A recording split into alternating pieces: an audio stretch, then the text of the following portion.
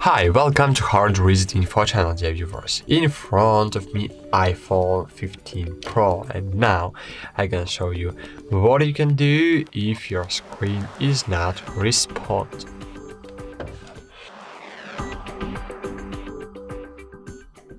If your screen is not respond, you can do only several things. Of course, sometimes you can have the physical damage of your screen, and in these situations you need to get your device to the customer service, to the official customer service, and only in these services people who specialized on the servicing iPhones can help you.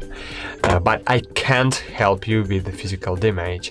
But if your iOS system is just freezing and your screen is not responding because of iOS, you just need to click on the volume up, then volume down, then just press and hold power button and wait until your device disables.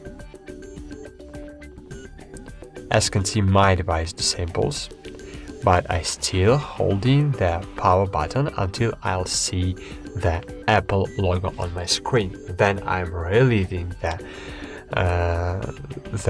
power button, and now I just need to wait until my device boots.